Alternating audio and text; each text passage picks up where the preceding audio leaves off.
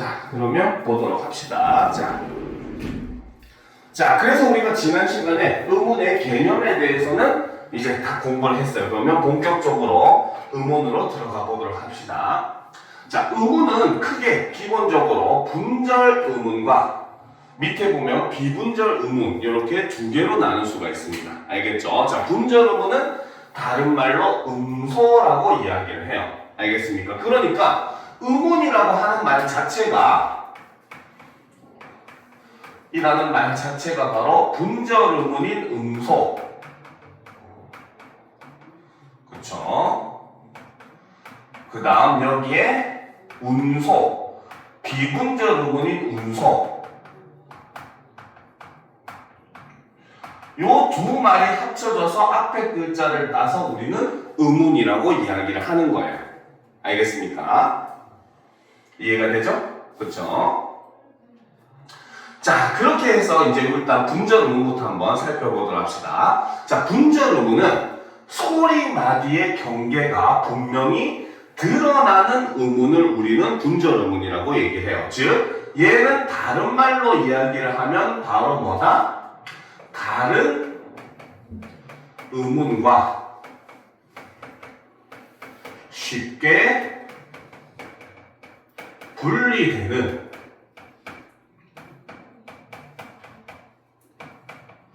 의문이다. 이렇게 보시면 돼요. 분절, 말 그대로 나누고 끊는다는 뜻입니다. 알겠습니까? 그래서 다른 의문과 쉽게 분리되고 나눌 수 있는 의문을 우리는 분절 의문이라고 이야기를 합니다. 알겠죠? 자, 그리고 이제 우리 국어에서 분절 의문에 해당하는 거는 기본적으로 자음과 모음으로 나눌 수가 있습니다. 그렇죠? 자, 그러면 이제 자음부터 한번 살펴보도록 합시다. 자, 이런 개념을 얘기할 때는 우리가 차이점을 중심으로 보는 게 좋아요. 그렇죠? 자음은 바로 뭐다?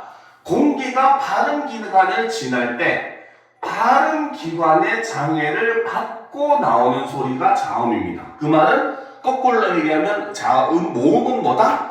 발음 기관의 장애를 받지 않고 나는 소리가 모음이라는 거죠. 그래서 자음과 모음의 차이는 공기가 발음 기관의 장애를 받느냐, 받지 않느냐, 이게 핵심적인 차이입니다. 알겠습니까? 자, 그러면 이제 우리는 옆에 노트에다가 자음의 특징도 하나 적어 놓을 필요가 있겠죠. 이거는 옆에다 써도 되겠네요. 자, 자음의 특징이 바로 뭐냐면 자음은 혼자서 발음할 수 없습니다.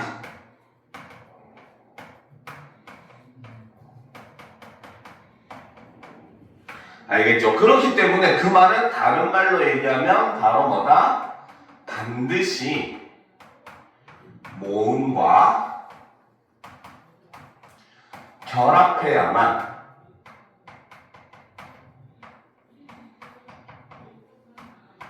발음이 가능하죠. 알겠습니까? 그리고 그 말은 다시 다른 말로 얘기하면 뭐다? 자음은 혼자서 음절을 구성할 수가 없다는 뜻과도 같습니다. 알겠습니까? 알겠죠? 그렇지? 자, 그래서 이제 우리가 자음의 이런 특징을 일단 살펴봤어요. 자, 자음표를 이제 우리가 한번 보도록 합시다.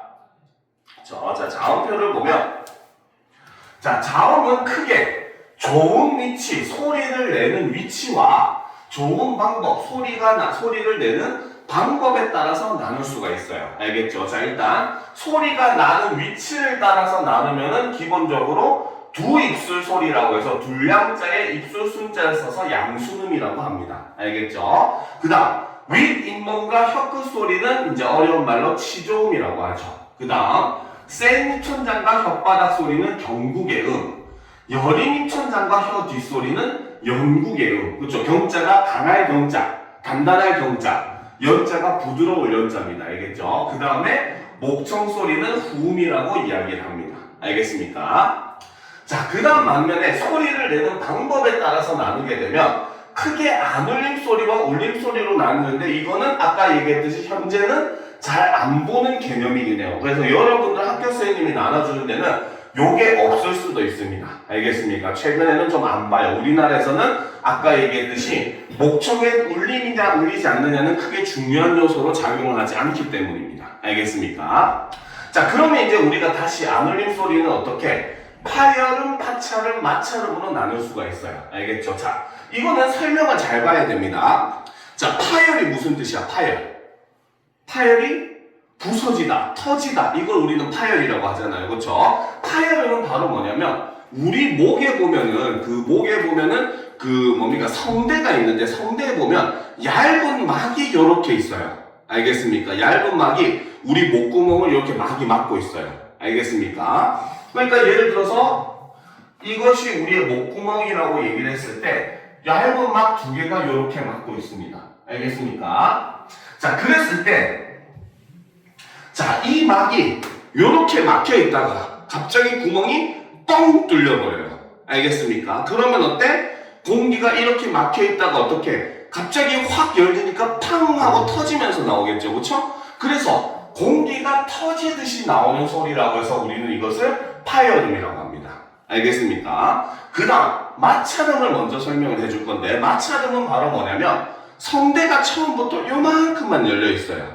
알겠습니까? 우리가 호수로 물을 뿌릴 때 호수 끝을 꾹 누르면 구멍을 좁게 하면 어때? 물이 굉장히 빠르고 세게 나가잖아요. 그렇죠? 그렇듯이 공기도 구멍이 요만하니까 어때? 굉장히 빠르고 세게 공기가 나가게 돼요. 그러니까 여기 성대 막 부분을 어떻게 마구마구 마찰을 하면서 지나가겠죠. 그렇죠? 그래서 성대막을 마찰하면서 나는 소리이기 때문에 우리는 이것을 마찰음이라고 합니다. 알겠죠? 자, 파찰음은 두 개의 성질을 동시에 가져요. 처음에는 구멍이 이렇게 막혀 있어. 알겠지? 그런데 구멍이 어떻게? 조금만 뻥 하고 열려요. 파열음은 빵 하고 열렸는데 얘는 조금만 뻥 하고 열립니다. 알겠죠? 그러니까 구멍이 막혀 있다가 조금만 탁 열리니까 톡 하고 터지듯이 나오겠지. 파열음의 성질이에요. 근데 구멍이 좁으니까 어때? 굉장히 빠르게 역시 지나가겠죠. 그렇죠? 그래서 파열과 마찰이 동시에 일어나는 소리라고 해서 이거를 파찰음이라고 이야기를 하는 겁니다. 알겠죠? 자, 그 다음 울림 소리는 말 그대로 콧소리, 비음. 자, 참고로 비음에서 우리가 주의할 점은 바로 뭐냐면 자, 비음은 바로 공기가 그렇죠? 바로 비강과 구강을 동시에 지납니다. 알겠습니까? 그러면 코로만 공기가 지나가는 소리 하면은 틀린 설명입니다. 무슨 말인지 알겠죠? 즉 사람의 얼굴이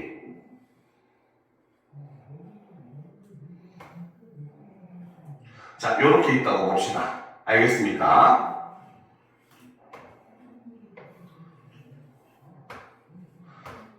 이렇게 있다고 봅시다. 알겠죠? 자, 그러면은 우리가 비음을 발음할 때는 공기가 어떻게? 폐에서 이렇게 기도를 통해서 공기가 나와요. 알겠죠? 그래서 공기가 1차로 입을 통해서도 나가지만 여기서 나누어져가지고 코를 통해서도 나가는 게 비음의 특징인 거예요. 무슨 말인지 알겠습니까? 그래서 코로만 나간다? 이러면 틀린 설명입니다. 알겠습니까? 자, 그 다음에 이제 우리가 흐름소리 유음이라고 하죠. 그렇죠? 근데 혀 옆으로 공기가 흘러가듯이 나간다라고 해서 혀설자의 옆측자를 써서 설치음이라고 하기도 합니다. 알겠습니까? 자, 그래서 요 표는 여러분들이 외워줘야 되죠. 그치? 요거에 대한 설명은 넘어가도록 하겠습니다. 알겠죠? 저번에 옛날에 애들한테 외우라고 하니까 바다, 사자, 가마 이렇게 외우던데 그치? 자, 그 다음 이제 다음 페이지로 넘어가도록 합시다. 모음으로 넘어갑시다. 그쵸? 자, 보도록 합시다. 자, 다음 주에 수업하기 전에 이 자음표, 모음표 시험 볼 겁니다. 알겠습니까? 당연히 봐야 되겠지, 그치? 자, 봅시다. 자, 모음은 자, 아까 얘기했듯이 바로 뭐다? 공기가 발음기관을 지날 때 발음기관의 장애를 받지 않고 나는 소리입니다. 알겠죠? 자, 그러니까 여러분들이 중학교 때 세종대왕님의 훈민정음 창제에 대해서 공부했었잖아. 창제 원리, 그치? 그러니까 자음은 어때? 공기가 발음기관의 장애를 받으니까 그 장애를 주는 발음기관의 모양을 본떠서 만들 수가 있었기 때문에 자음은 발음기관의 모양을 본떠 만든 거예요. 알겠죠? 그런데 모음은 발음기관의 장애를 받지 않고 나오니까 어때? 바로 뭐다? 그 모양을 따라할 수 없어서 천지인의 음양 오행의 철학적 원리를 담아서 만들었다고 얘기를 하고 있잖아요. 그렇죠? 그 이유가 바로 여기 있습니다. 알겠습니까? 자, 그런데 이제 이 모음은 특징이 있죠. 그렇죠? 자, 이 모음은 바로 뭐다? 자음과는 달리 혼자서 발음할 수 있습니다.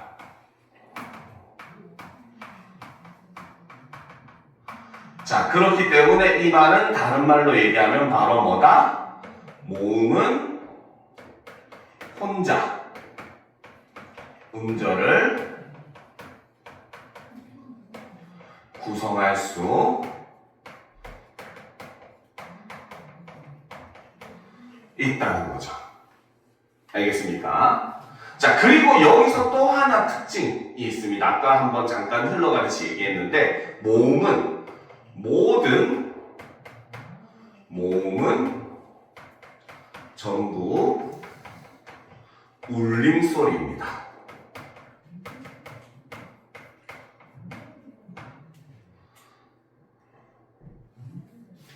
알겠습니까? 알겠죠? 자, 여기까지 다 적었습니까? 그렇지? 자, 그러면 이제 우리가 보도록 합시다. 알겠죠? 자, 그래서 이제 모음은 다시 두 개로 나눌 수가 있는데 첫 번째가 바로 단모음. 자, 단자가 무슨 뜻이에요? 단. 바로 하나다 혹은 짧다 이런 의미로 볼 수 있겠죠. 그렇죠? 자, 그래서 단모음이라고 하는 건 바로 뭐다? 즉 쉽게 말하면 모음을 한 개만 발음하는 거다라고 생각을 하시면 돼요. 알겠습니까? 그래서 발음을 하는 동안 그렇죠. 중요한 건 여기죠. 발음 기관의 위치나 모양이 변하지 않는 모음을 우리는 단모음이라고 이야기를 합니다. 알겠습니까? 그래서 이 단모음은 바로 뭐다? 바로 음운이 한 개로 이루어진 모음이다. 최근 경향이 이렇게 보고 있습니다. 알겠습니까? 자, 그러면 이제 단모음은 다시 이제 나누는 기준이 혀의 위치, 입술 모양, 혀의 높이라고 되어 있죠. 그렇죠? 자, 이때 혀의 위치라든지 혀의 높이라든지 자, 요거의 기준은 바로 혀의 최고점이 기준이 됩니다.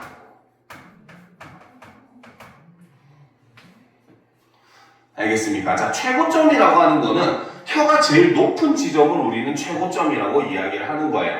알겠습니까? 그런데 혀의 최고점 하면 아이들이 자꾸 혀 끝이라고 착각하는 아이들이 많아요. 알겠습니까? 그런데 혀의 최고점이 만약에 혀가 요런 모양이다. 니은을 발음할 때처럼. 그러면 당연히 요 혀 끝이 지금 제일 높은 위치잖아요. 그렇죠? 그러니까 최고점이 혀 끝이 될 수 있어요. 알겠지? 근데 혀가 기역을 발음하는 것처럼 이렇게 말려 있어. 그지? 그러면 가장 높은 지점이 어디야? 여기죠. 그치? 그러니까 가장 높은 지점을 얘기하는 거지 혀 끝을 얘기하는 게 아닙니다. 알겠습니까? 이해가 되죠? 그쵸? 자, 그래서 이제 이 최고점을 기준으로 혀의 위치에 따라서 전설모음과 후설모음으로 나뉩니다. 그렇죠? 전설, 내전도 아니겠죠. 그렇죠? 여기서 전자는 앞전자에 혀설자를 써서 혀의 최고점이 앞에 오는 모음. 그렇죠? 후설모음은 혀의 최고점이 뒤에 오는 모음입니다. 알겠습니까? 자, 그 다음 입술 모양에 따라서 나누면 평순, 평평할 평자에 입술 순자를 써요. 그래서 입술이 평평한 모음. 둥글 원자에 입술 순자를 써서 입술이 둥글게 되는 모음. 그쵸? 그 다음 혀의 최고점의 높이에 따라서는 고모음, 중모음, 저모음으로 나뉩니다. 알겠죠? 자, 여기서 물론 표는 외워야겠지만 여러분들이 유념할 게 두 가지가 있습니다. 알겠습니까? 자, 첫 번째 얘네는 유념을 할 필요가 있어요. 그쵸? 자, 얘네를 우리가 발음을 하게 되면 자, 쌩인 입을 잘 보시면 우리가 이걸 평소에 발음할 때 보면 왜 이렇게 발음하잖아. 그치? 입술 모양이 어때? 오물었다가 벌어지면서 소리가 나잖아요. 그쵸? 아까 단모음은 뭐야? 발음기관의 위치나 모양이 변하면 안 된다고 했잖아요. 그쵸? 그죠? 그러면 얘는 이중모음인가? 그렇진 않습니다. 얘네는 자, 적어 놓읍시다. 바로 단모음이지만 이중모음으로 발음하는 것을 허용합니다. 하는 것도 허용을 합니다.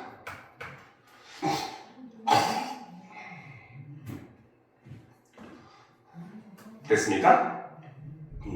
자, 여러분들은 세마고니까 선생님이 고3 수준으로 알려줄 거예요. 알겠습니까? 당연히 이제 이런 내용을 알아야 돼요. 왜? 나눠준 자료가 사실 수능 특강에서 나온 거다 보니까 수능 특강의 그런 그 개념이나 이런 게 많이 추가가 될 거예요. 알겠습니까? 자, 실제로 이제 이 부분은 최근, 올해 수능 특강 예전에도 한번 이런 유형의 문제가 나온 적이 있기는 해요. 알겠습니까? 자, 이 부분에 대해서 옆에 노트에다가 하나 적어 놓읍시다. 자, 바로 단모음 위와 외에 대해서 적어놓을 필요가 있습니다. 옆에 필기를 해놓도록 합시다. 알겠죠? 자, 아까 얘기했듯이 얘네들은 단모음이긴 합니다. 원래 정확한 발음은 어떻게 되냐면 선생님 입을 잘 보세요. 어떻게 발음하냐면 자 보면 이렇게 발음해야 돼. 그러니까 우리는 참외 좀 있으면 나오겠죠. 참외 얘기할 때는 이렇게 해야 돼요. 알겠습니까? 발음이 정말 힘들죠. 그쵸? 그러니까 발음이 이제 좀 편하게 하기 위해서 얘네는 이중모음으로 발음하는 걸 허용을 한 겁니다. 알겠습니까?